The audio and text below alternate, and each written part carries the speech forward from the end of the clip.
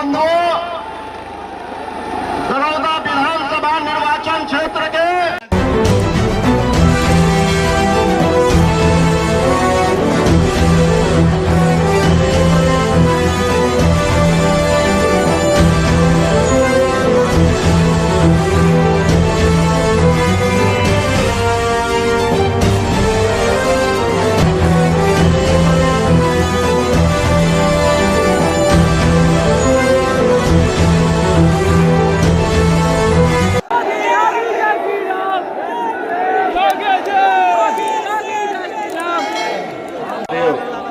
भगवान महेंद्रनाथ की इस पावन धरती को मैं कोटि कोटि नमन करते हुए आप सबका अभिनंदन करता हूं।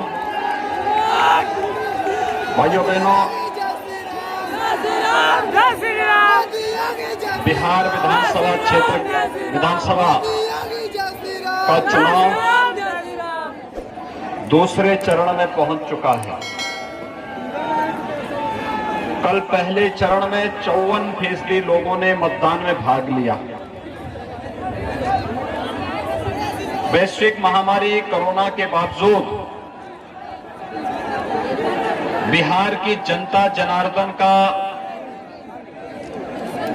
चुनाव के प्रति जो भाव है, लोकतंत्र के प्रति जो भाव है, वो अभिनंदनीय है। और इस दृष्टि से मैं आज के इस अवसर पर बिहार की जनता का अभिनंदन कर रहा हूं कि इन्होंने कोरोना जैसी महामारी का पस्त करते हुए अपने उत्साह और उमंग का जो परिचय दिया है, वह सचमुच अभिनंदनीय है। मेरी आप सबसे अपील है, कभी कोरोना की बीमारी समाप्त नहीं हुई है। हमने कोरोना की बीमारी पर कुछ हद तक नियंत्रण किया है।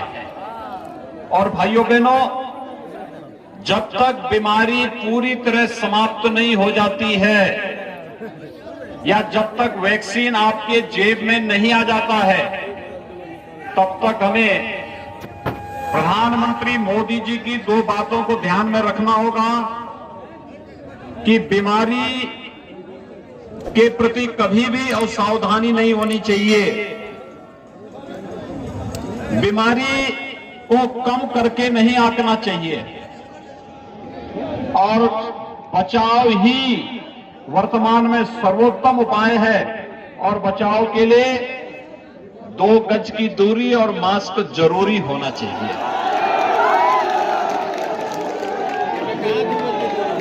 मैं कोरोना कालखंड के दौरान जब लॉकडाउन प्रारंभ हुआ था,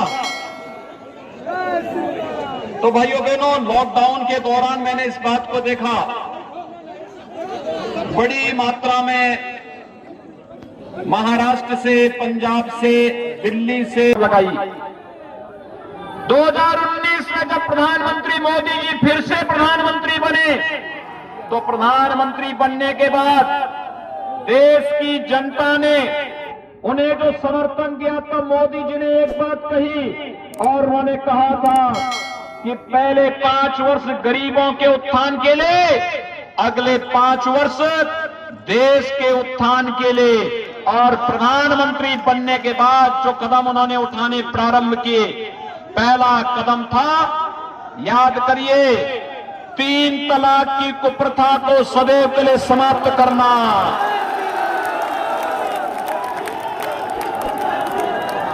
आत्मनिर्भर पैकेज, भाइयों बहनों, आज तक कभी नहीं इतना बड़ा पैकेज मिला जो प्रधानमंत्री मोदी जी ने देश की जनता के हित में कदम उठाए थे।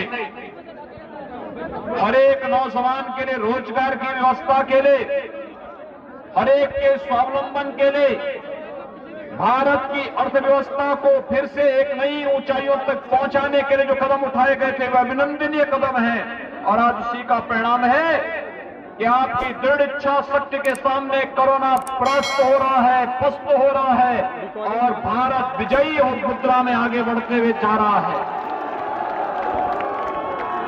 जैसे बिहार के नौजवानों के उमंग ने, उत्साह ने कोरोना को पस्त किया है, भाइयों बहनों, ऐसे ही जातिवादी और वंशवादी ताकतों को बिहार के अंदर फिर से पस्त किए जाने की आवश्यकता है और उन्हें पस्त करने के लिए आप सबका आह्वान करने के लिए मैं आपके बीच आया हूं।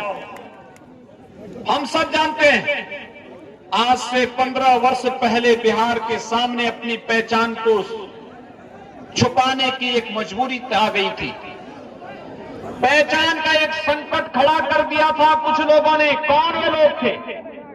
ये लोग वही थे जो आज फिर से रोजगार का झुंझुना पकड़ा करके जनता की आंखों में धूल झोंकना चाहते हैं। याद करिए 15 वर्ष पहले इनके जंगल राज को जब इन्होंने जाति के नाम पर परिवारवाद की राजनीति को बढ़ावा दिया और परिवारवाद के नाम पर भ्रष्टाचार को बढ़ावा देकर के बिहार में जंगल राज की स्थिति पैदा कर दी थी और बिहार के रूप ही अयोध्या में भगवान राम का भव्य मंदिर का निर्माण का कार्य प्रधानमंत्री मोदी जी के मार्गदर्शन में हो रहा है। और मेरी आप सबसे अपील होगी कि हमें इस यश और कीर्ति को देश और दुनिया के कोने कोने में लेके जाना है। इस दृष्टि से हमें दुनिया के अंदर भारत की यश और कीर्ति को पहुंचाना है। तो मर्यादा पुरुषोत्तम भगवान श्री राम का आदर्श चरित्र हम सबके सामने है और इसके लिए मैं आज आपका आह्वान करने के लिए आपके बीच आया हूं। हम सब मिलकर के इस कार्यक्रम को नेतृत्व प्रदान करें। भाइयों बहनों, ये जो जातिवादी ताकतें जो राम मंदिर के मार्ग में बाधक थी, कश्मीर में आतंकवाद और देश के अंदर नक्सलवाद को समाप्त करने में बाधक थी, नौजवानों के नौकरी और रोजगार में बाधक थे, इन सभी लोगों को मुंहतोड़ जवाब देने का अवसर है बिहार विधानसभा का चुनाव। और बिहार विधानसभा चुनाव के माध्यम से मेरी आप सबसे अपील होगी, कल 28 अक्टूबर को पहले चरण का चुनाव संपन्न हुआ। 54% लोगों ने कल मतदान में भाग लिया। भाइयों बहनों, मेरा आप सबसे अपील है, द्वितीय चरण का चुनाव 3 नवंबर को होने जा रहा है और हमारा प्रयास होना चाहिए द्वितीय चरण में हम मतदान के प्रतिशत को 70% तक पहुंचाने का कार्य करें। ये सब नौजवानों की ऊर्जा ये कर सकती है, आप कर सकते हैं। आप अगर इस कार्यक्रम को आगे बढ़ा देंगे, भाइयों बहनों, मैं विश्वास के साथ कह सकता हूं भाजपा और जदयू के ही प्रत्याशी जीतेंगे अगर 70% मतदान हो गया तो। मतदान के प्रतिशत को बढ़ाने के लिए आप सबका आह्वान कर रहा हूं। बदलने का कार्य किया आपने देखा होगा, प्रधानमंत्री के रूप में देश की राजनीति की धुरी को बदलने का जो कार्य प्रधानमंत्री मोदी जी ने किया है, उस कारण एक पोस्टर उठा दो भैया।